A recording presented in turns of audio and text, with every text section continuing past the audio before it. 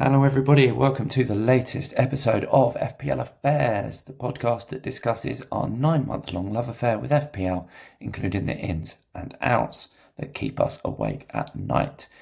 In this video, we discuss form and fixtures, looking at the full form table, initially concentrating on the top 5 teams and their assets, before looking at a fixture ticker and who has the best fixtures over the next 6 game weeks. Anyway, enough of me waffling, let's get cracking. And there's Mo Salah. There goes Haaland. He's on his way again. He's hungry. He's scored. Ice cold precision from Palmer. Kayo Saka. That is a diamond of a goal.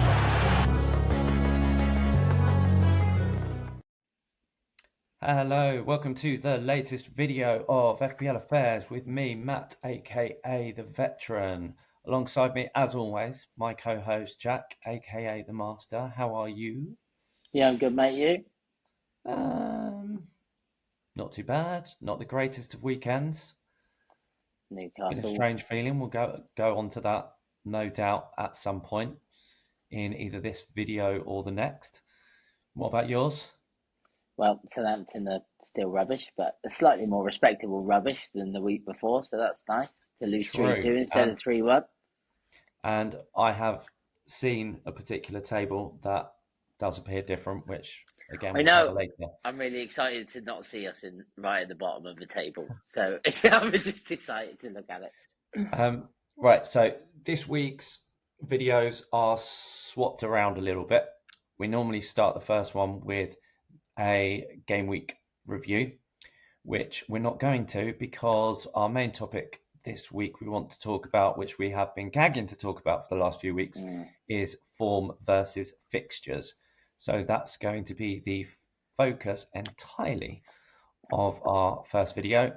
And then our second video, which we'll record afterwards, will look back reviewing game week 22, as well as including Merseyside plan transfer for the double game week in 24, as well as our transfer plans going into game week 23. Right, shall I get the first slide up for Let's do our it. form versus fixtures debate? Let's get cracking. Yes, you stole my thunder. Well, actually, I would have already said it in the intro bit, so you'd have to redo the credits, but we will get cracking. I just want to be like you. Boom. Okay, game week 23, and we're concentrating on form or fixtures. What is more important in FPL? Is it one or is it the other? Is it both? Is it one more or the other? We shall see. As it stands now, it's the top 5 of the form table, which, any guesses, Jack, who they are? Oh, Newcastle. Yep, there's one. Well, Bournemouth, Forest, Arsenal and Liverpool because they were on the first slide. Oh, great powers of observation. I was wondering whether you'd noticed that. Got it. Yep. Got it. So, yeah, the last 6, and this is up to date. Forest top with 5 wins from 6, scoring 12, conceding 3, 16 points. In second, Newcastle. They were a nice riding high last week. It was 6 wins from 6, 17 scored and 1 conceded, but Bournemouth ruined that. Well, actually, Newcastle contributed, but Bournemouth were amazing. We'll come into that in a little while. So Newcastle, 15 points in the last 6 games. Liverpool in third of the form table, ahead of Arsenal on goal difference, both with 14 points. And Bournemouth in 5th, having got 3 wins and 3 draws from their last 6. So, what are your thoughts generally? Any surprises? Yeah, Arsenal, to be honest, because I thought they were going through a bit of a sticky patch as much as the narrative around them. So to be sort of level with Liverpool is quite a surprise. Obviously, the goals for tally are still quite a few goals. Obviously, Bournemouth just got 4 in one game. Yeah. So before that, they weren't. Obviously, they were quite low down. Forest, you'd think of doing quite well. So for them to be the sort of on 14 level, pretty much level with Newcastle, bar one, is a surprise because their goals are currently without Saka in the team. I think they look really lackluster going forward. Sorry, Arsenal fans. They remind me a little bit of Manchester City when they run out of ideas. They seem to just be passing it from fullback to fullback across the back four. And it's quite hard from an FPL point of view to nail down which attacker to go for, which is why a lot of people are on double defence. But even that's not going very well. They don't seem to be keeping many clean sheets, but they've only conceded 6 goals in their last 6. So I think they've only had like 1 clean sheet in their last 6. So they're conceding pretty much 1 a game. But yeah, I'd say that's the only surprise. I mean, Bournemouth are just a different team this year. They seem full of goals, full of energy, a real good blend of youth as well as experience. A couple of really good players. Obviously, they lost Evan Nilsson, which I thought might curtail their season, but they seem to have carried on like nothing ever happened. Forest are obviously the big surprise of the season. Nuno Espirito Santo doing an amazing job there. A really good one. Chris Wood scoring goals. Morgan Gibbs-White seems just to be an absolute class act in there. Couple of supposed failed wingers in Elanga and Hudson-Odoi are just having so much fun out on that flank. And as for the back four and the goalie, I think the goalie's the best in the league this year, bar none. And the back four, to be honest, is probably the best in the league, bar none. So they've just got it right. I mean, and then Liverpool have somehow become better than they were under Slot, which was not what was expected. And there's a lot of goals in that team, as you can see on the table. But again, Mo Salah's been a joke. Gakpo's been brilliant. Him and Diaz have been sort of swapping form. And then Newcastle, up until the Bournemouth game, have just been on fire. What I will say about Newcastle, and I know you're a Newcastle fan, I love watching Newcastle play football. Eddie Howe, for me, is such a good tactician, doesn't get half the credit he deserves. And the way Newcastle move the ball from back to front so quickly and so directly is case in point. Obviously, as a Southampton fan, we try and play out from the back, get caught, and then concede. But we did against United the other day. But it's because the passing was so slow and so laboured, and there was so little options. Newcastle just seemed to go bang, bang, bang, and they're through. Yeah, It's so good. That's down to the slight tweak in midfield of Sandro Tonali going deeper. Like, from watching various interviews and reading reports, his 10-month-long ban, he basically spent 10 months training as a number 8 in the system. He came back as a number 8 in the system with Bruno Guimaraes as more of the 6, and it just wasn't really working, and we just kept being caught out. He then trained for 2 weeks as a number 6, which he'd played before for Milan and for Italy, and he was better than doing that than Bruno, and it freed up Bruno to get forward more. He's so good in tight pockets of space, though, isn't he? Bruno's so good in tight spaces. Like, he holds on to the ball so well, and if he's doing that higher up the pitch, then he's gonna create chances. He seems to get the ball on the edge of the box and just keep it. And then if there's nothing on, you recycle it so well, and you build another attack with either Murphy or Gordon with a cross or something like that. He just seems, yeah. I mean, to give Guimaraes that license to roam has changed your season definitely, because he's a class act. Basically, moving Tonali back has enabled that to happen. So that slight tweak has been massive for our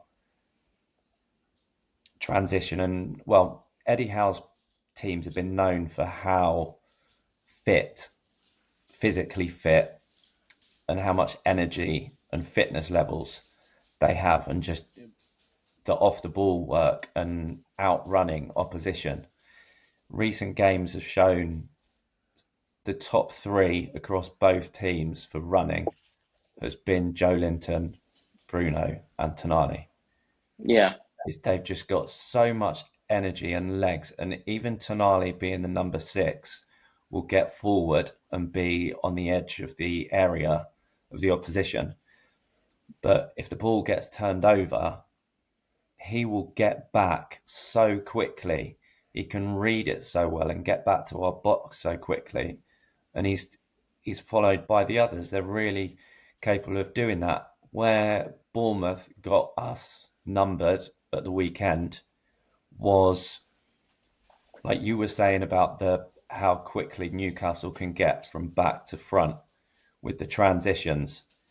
Bournemouth didn't allow us, didn't give us the space to do that, so that when we turned the ball over, when Newcastle turned the ball over in Newcastle's defensive third, we tried to get out quick because Bournemouth was so high and in their faces, but then we couldn't get the ball out.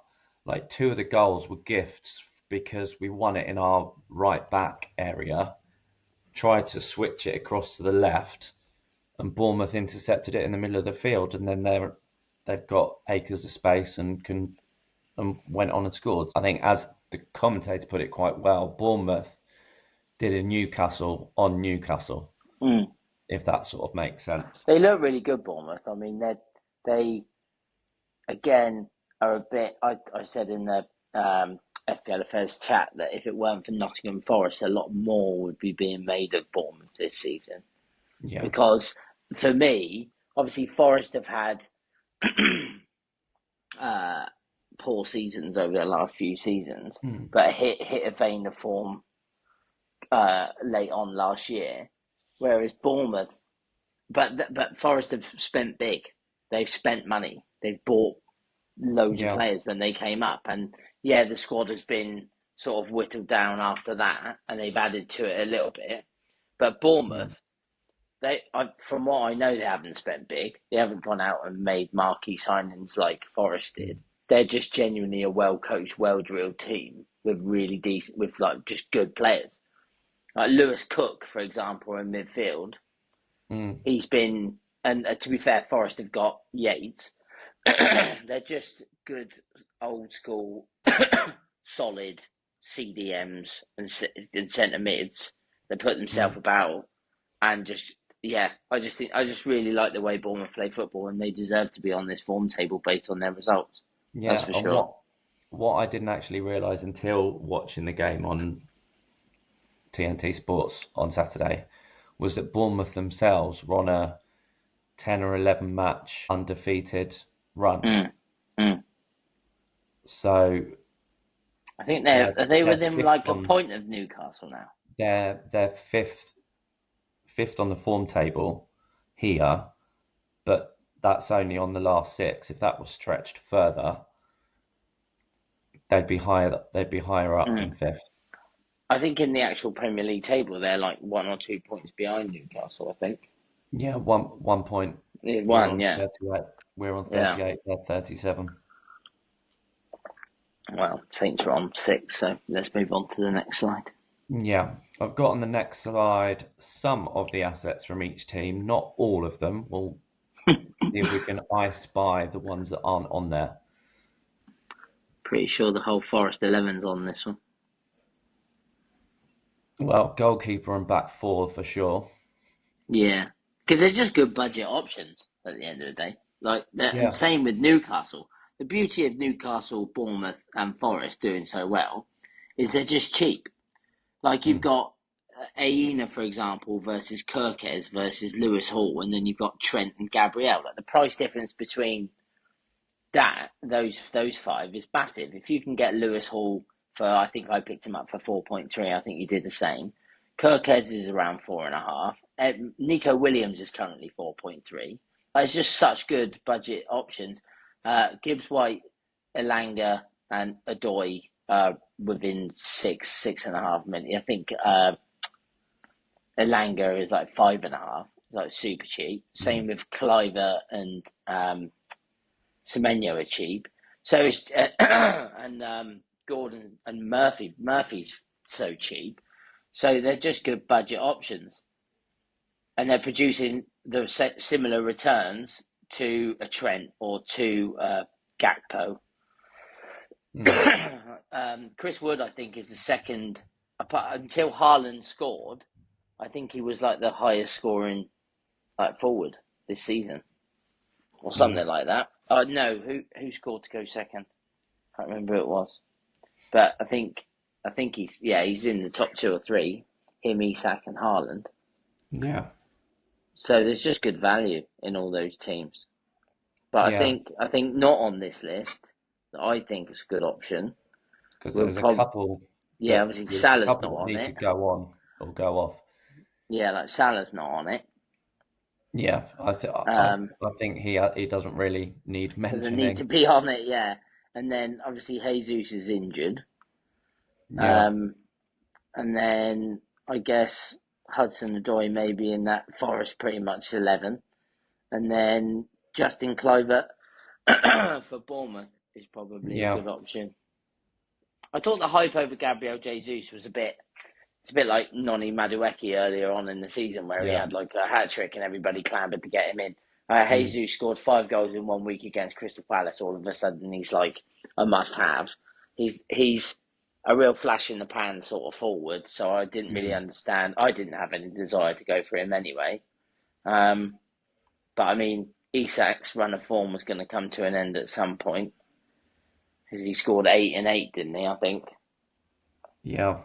Yeah. But I think my favourite player on this slide is Chris Wood, because he's just such an unassuming FPL Premier League footballer that's just so under the radar. I wildcarded him in game week 6. I've had him ever since, and he just scores 1 goal in every 2 games at least so far this season. And he's just so unassuming, isn't he? Like, no one's really people have, over the last 3 or 4 weeks, have started clambering to get him in. I'm not entirely sure whether the fixtures are that good coming up, which I think we're going to look at in a minute. They're not that great for Forest, no. I don't think.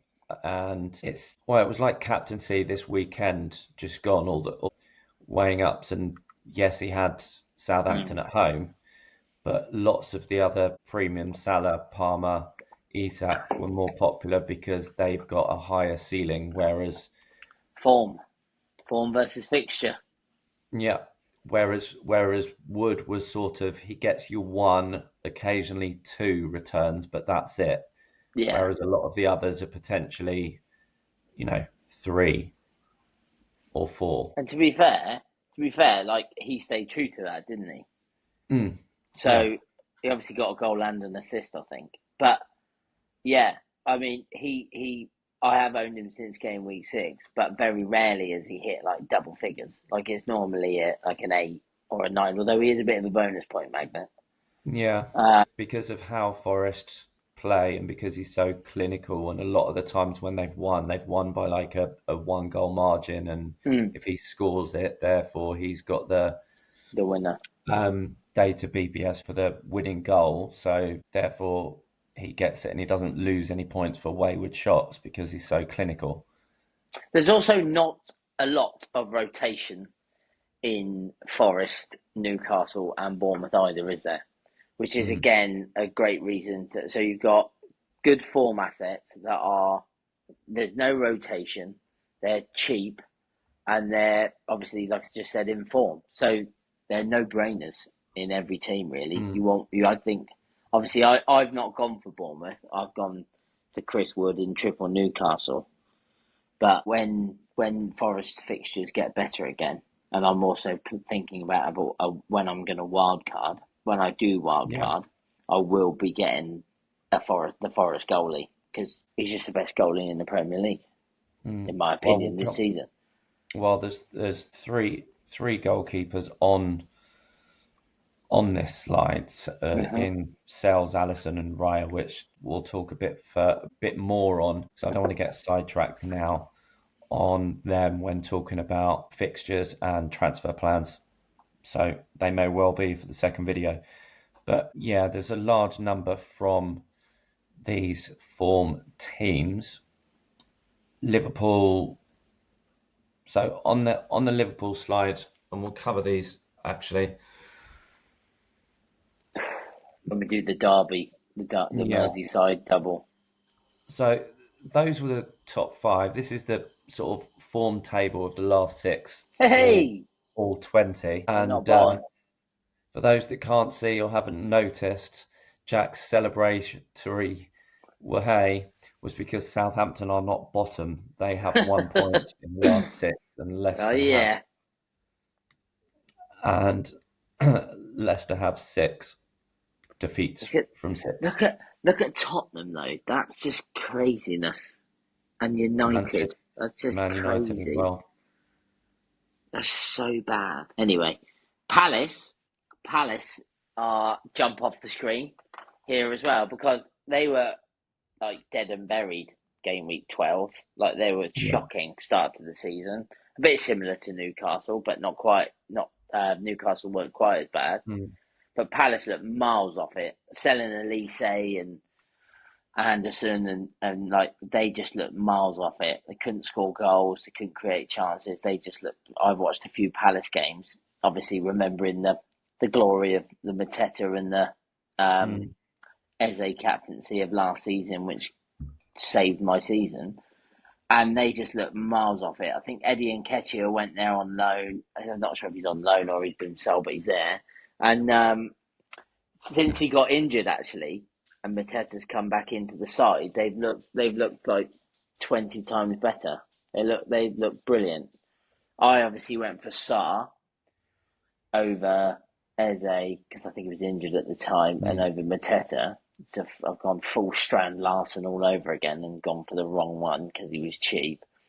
But yeah, Crystal Palace are good, sort of probably stand out for me in this table. I think the others are all pretty like where you'd expect them to be, other than Chelsea, who I would have thought would have been higher up here, but they're again struggling for goals.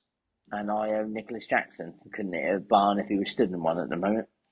So I think he's a sell for me, but we'll get on to that. But yeah, I think Palace and Chelsea, you'd expect them to be in opposite places. So I'd say they're probably the standout two in that there. Which makes you sort of think, when looking at forthcoming fixtures, which we'll switch over to in a minute, is when transferring in players, is how much of an emphasis do you put on the form of the team? Yeah, well, I had it with Haaland, and I've just had it with Jackson. Yeah. And I've had it with other players. I think you might have had it with Arsenal defence, for example, over the last 5 or 6 weeks. And backing fixtures is really easy, in my opinion, because of probability. Like, the probability of Chelsea going into the last 5 games and winning 4 of them at the time was quite high. Yeah. And the probability of Palace winning 3 was quite low. So it's hard, but at the same time, like, Brennan Johnson earlier on this season scored like 7 goals in 7 games, or 7 returns in 7 games. I think we said last week that Enzo had done something similar, and Isak's just done 8 and 8.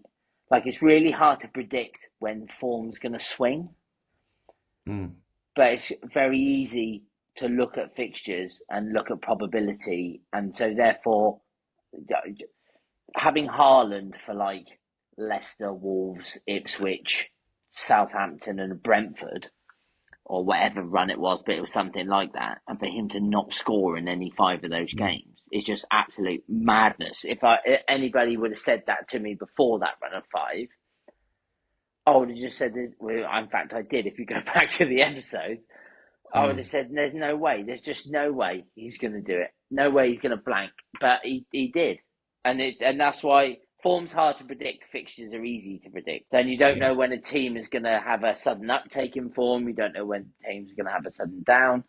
Like Chelsea, for example, were brilliant up until the last 5 or 6, and then seem to have gone south. Palace have gone in the opposite direction. So I think you need to try and find, like anything in FPL, and answering the initial question that we asked, I think you need to find a balance. I think everything's balanced. How many differentials you have versus premiums is balanced. How many budget options you have versus... how many sort of centre-backs that are in good defences versus attacking full-backs you have in your defence. Or, do you see what I mean? The guys with high ceilings but may not be nailed on every week versus the players that are nailed on every week and that are on penalties. Like, everything's a balance in your squad. And I think you need to plan, because we always say you need to plan, don't we? We're quite big advocates of planning on this pod. But at the same time, you can't predict. Like, if you could predict it, you'd win FPL every year easily. That's why it's, again, taken with a pinch of salt, which is why we love the Premier League so much, is because it's so hard to predict each game. So hard if you win a Super 6 with Sky, I think it's unreal, because that's so hard to do. Because last week on the pod, I'm sat there and I'm going, I've got 7 teams at home this week. There was like all away wins on Saturday or something like that, or like 5 out of 6. Yeah. All away wins. And same on Sunday, I think. There's like loads of away wins this week. So, me personally, when I look at fixtures, you obviously want to try and get the most informed player with the best fixtures. That's what you're looking for, ultimately. The most informed player in the most informed team with the best fixtures. Sometimes, though, when that happens, like Haaland and like Nicholas Jackson, they seem to just go off form, but then it's really difficult to get rid of them at that point, because you're in this good fixture run, and you don't like last week, for example. I'm transferring out Nicholas Jackson before he plays Wolves. That's just, in my opinion, that's a bad move. Obviously, he didn't score, and obviously you did it for Wood, which is a good move, because what you've done is you've gone from an out-of-form player to an informed player, but I already had Chris Wood, and so therefore I didn't see anyone to transfer him to, other than maybe Mateta, in all fairness. But then, did they play Fulham? Or are they playing Fulham this week? No, West Ham. I thought, because I didn't know, after West Ham under Graham Potter, if West Ham were like still under, what's his name, the guy that got sacked, then Lopetegui, then I probably would have made that move. Same with like Everton under David Moyes at the moment. They're unknown. I don't know what they're going to do. So I just thought, I'll give Nick Jackson one more game. He's got Man City next week. So to be honest with you, I'm looking at going on to Liverpool players, which we'll talk about in a minute. And so I'll give him one last hurrah. But it's like, it's so hard to predict when these form is going to change. But I think, like I said, just to summarise before I keep talking in circles, plan based on fixtures.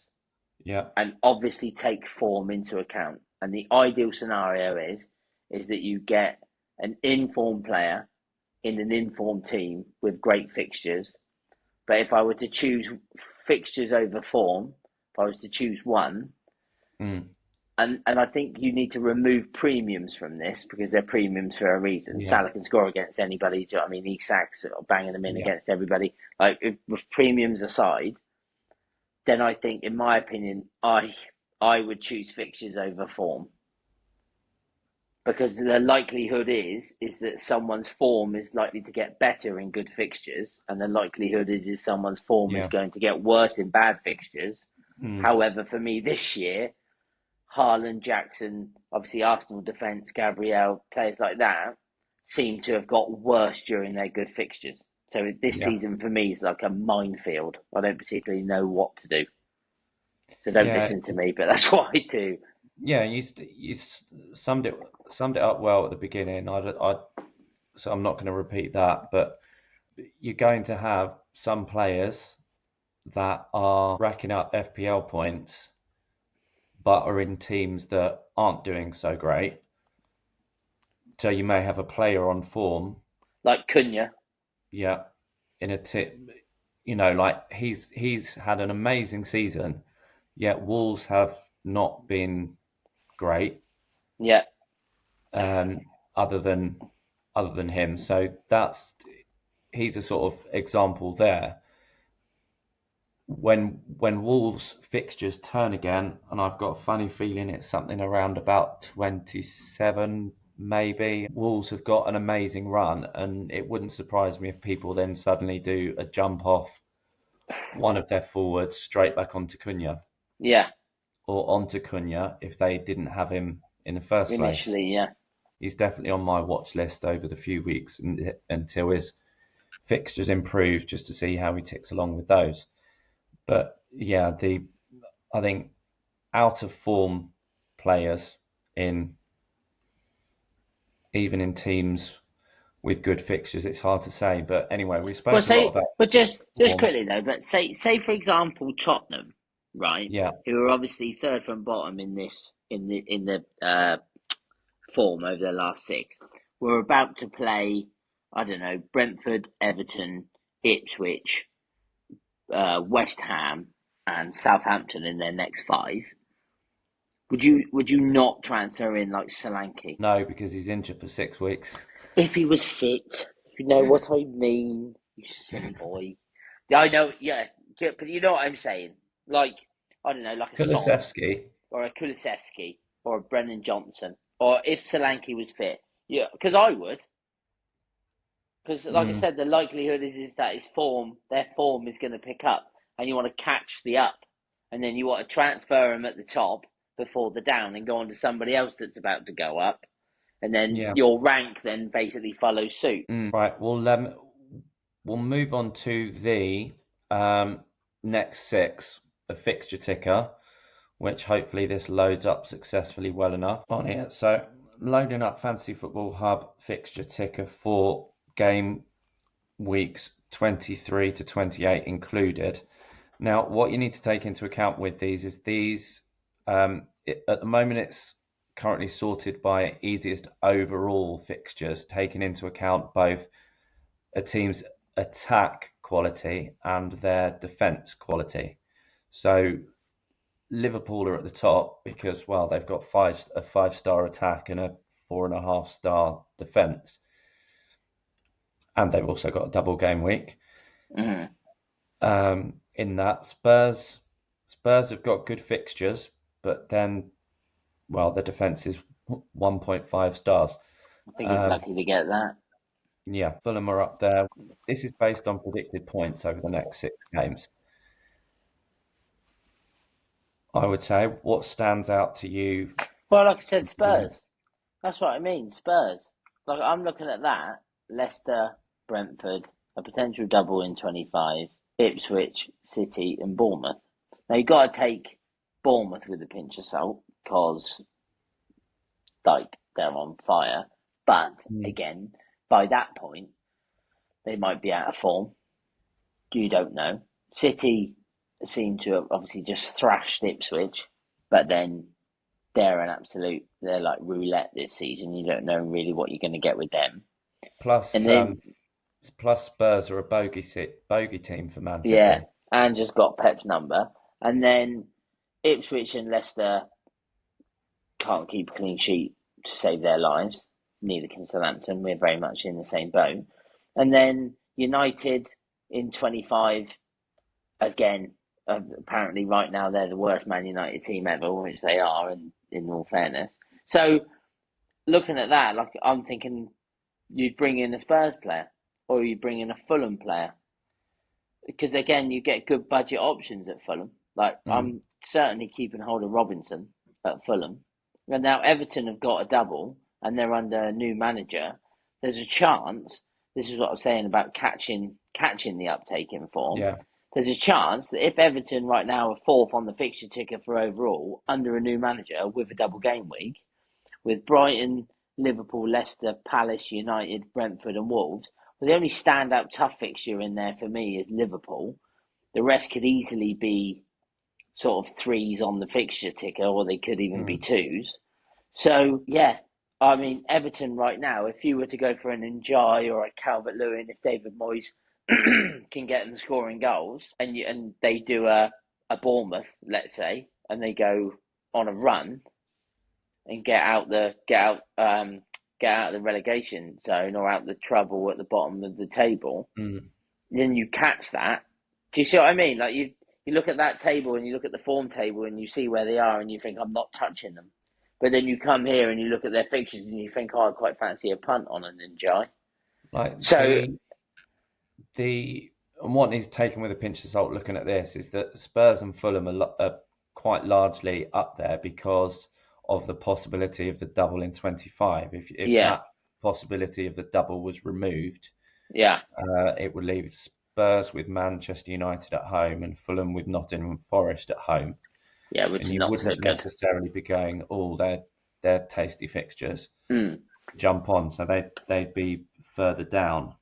But Everton, if I remember rightly, when we looked at this a couple of weeks ago, when we were obviously like trying to get on, trying to get this done, were second to Liverpool. And again, that was based mainly on the double. But look at those Everton fixtures. I don't think they're tough fixtures. I don't. Obviously, what I mean is that I don't expect Everton to win every game. Yeah. And again, they're not very good at scoring goals. Hence the 1.5 stars for their attack. But there's a chance that their goal scoring form, if it were to go, it would likely go over the next 6 games. I mean, with looking further down the list is the form they're on. They've got some winnable fixtures coming up, a lot. They're on form as well, because you were mentioning about how looking at the form table of the whole league, comparing them in about 7th or 8th on the form table compared to Chelsea at 13th. I think really if you're looking for transfers in from those, you'd look more at Palace assets than Chelsea's. Yeah, I'd go Villa and Brentford as well, look quite nice. Watkins is obviously in a bit of form, and Brentford, although have had a dip in form recently, those fixtures look quite nice, especially from 25 onwards. And sort of beyond 28 and 29 and 30, that's when Brentford's fixtures really swing. I think a lot of people will be jumping on their assets. Have you got any Brentford at the moment? No, my plan was always Gordon 2 and Burmo in 25, because Newcastle's, again, they're not in this top 10. If you scroll right down, Newcastle's fixtures really aren't that great. 1, 2, 3. Yeah, so that's the top 10. Newcastle up, just above reading them Southampton. out. Liverpool, Spurs, Fulham, Everton, Palace, Brighton, Chelsea, Brentford, Villa, Manchester United. But then take that with a pinch of salt that Spurs and Fulham have the possibility of playing each other in 25. That being a move from game week 29, moved earlier because of the possibility of Spurs reaching the Carabao Cup final. But then going down to the sort of bottom half, you've got Forest and Newcastle both in the bottom 5. Yeah. So Newcastle obviously got Southampton and then Fulham, but then it's City, Forest, Liverpool for a 3-game spell, which I think are obviously winnable games. Don't get me wrong, from Newcastle, because they're a good side, but they're tough fixtures. Same with Forest. They've got Newcastle, Arsenal and City coming up. So I think, again, timing of getting off on form teams and getting onto other form teams. And to summarise, as far as I'm concerned, the only way to do that or predict that is by looking at the fixtures. So to go from a Gordon to an Mbermo in 25 is an easy move. To go from Wood to Visser or Wood to Mateta, or you know what I mean? Like that's those are in my plans anyway. But I think it's interesting that 2 of the top 5 form teams are in the bottom 5 for fixtures moving forward. And again, Phil Foden scored on the weekend, and when I looked on live FPL on Saturday night or Sunday night, he was due a price rise. They're about to walk into Chelsea, Arsenal, Newcastle, Liverpool, Spurs, and Forest in the next 5.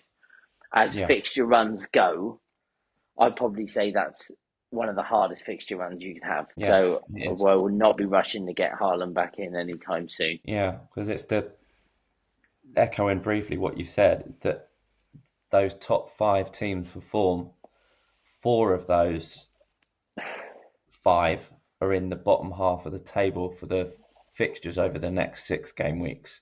Yeah.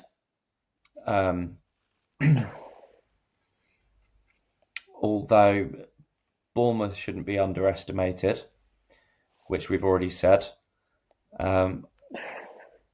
Arsenal is still in a so-so. I mean, they're not giving up much XG chances, but they're slipping into what City were like last season. Yeah, exactly like that. Where they always seem to concede 1 goal.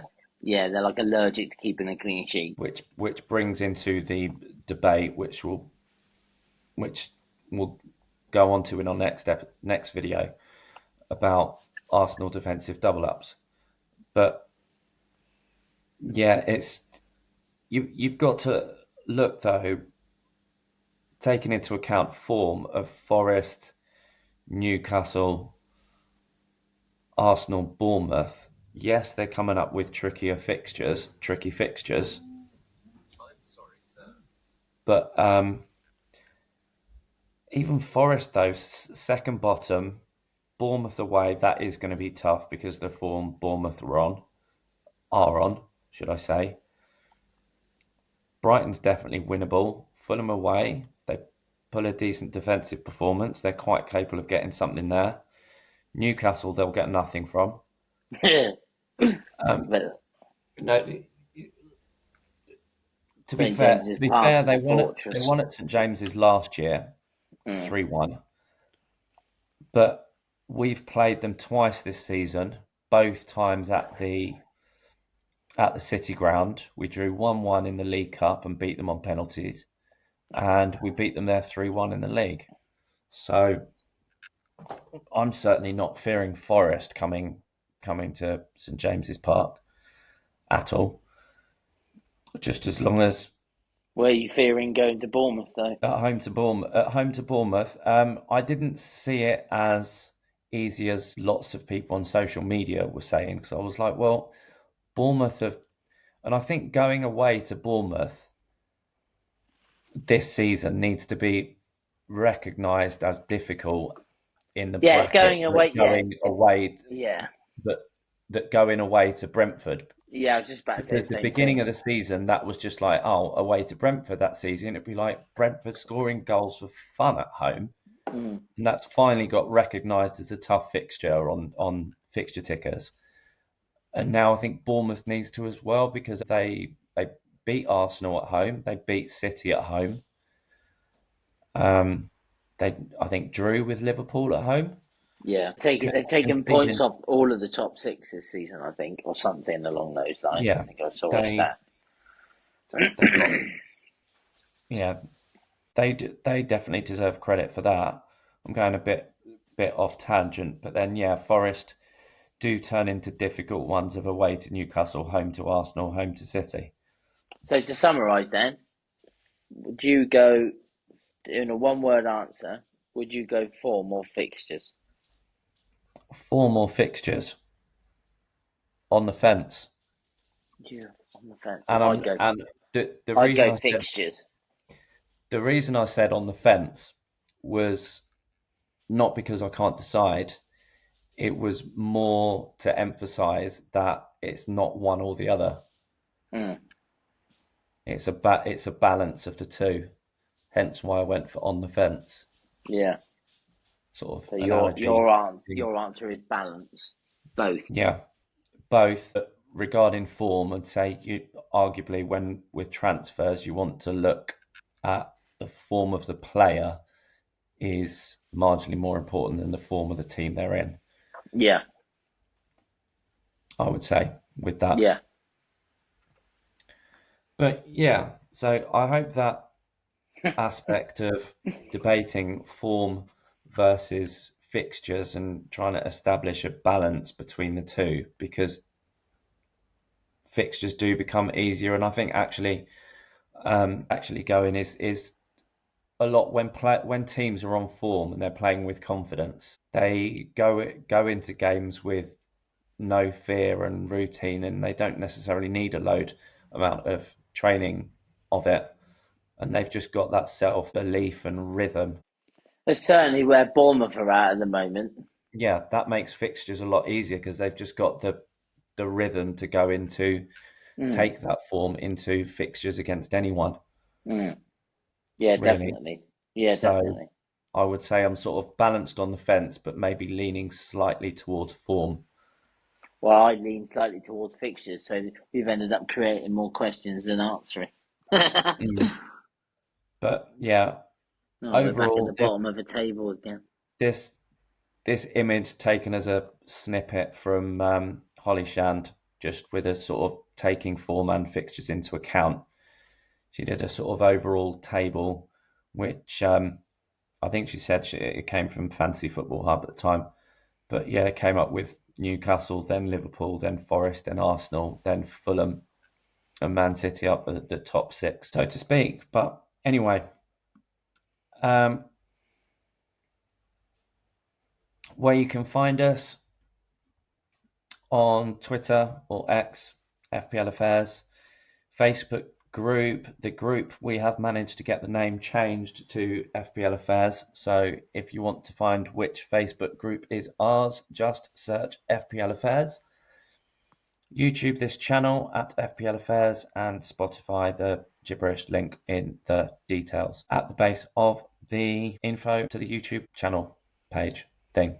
Please like, subscribe, comment. What do you prefer, fixtures or form? What's more important to you? Let us know in the comments below.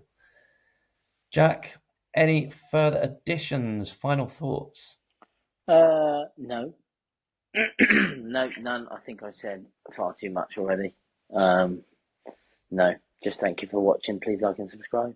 If you disagree with anything we said, do feel free to comment. Yeah, Do you know what I definitely. mean? Create a discussion. Happy to. Yeah, You know what I mean? Like, if you disagree with anything I said, anything Matt says, just pop a comment down below. We'll have a chat about it. Be good. Always yeah. good to get other people's point of view. That's one thing which and I'll say this as my final thought, is we certainly like the more interaction and more contribution from you and difference of opinions is healthier to benefit the overall viewers of the channel and the videos. Yeah. So all that's Thank left you to for say watching. is, yeah, thanks for watching, and keep your FPL affairs under wraps until our next video, where we'll review game week 22 and then reveal our transfer plans and whether this conversation has contributed to our intentions going forward. Okay, see you later. Take care. Cheers. Bye bye. Thanks for watching.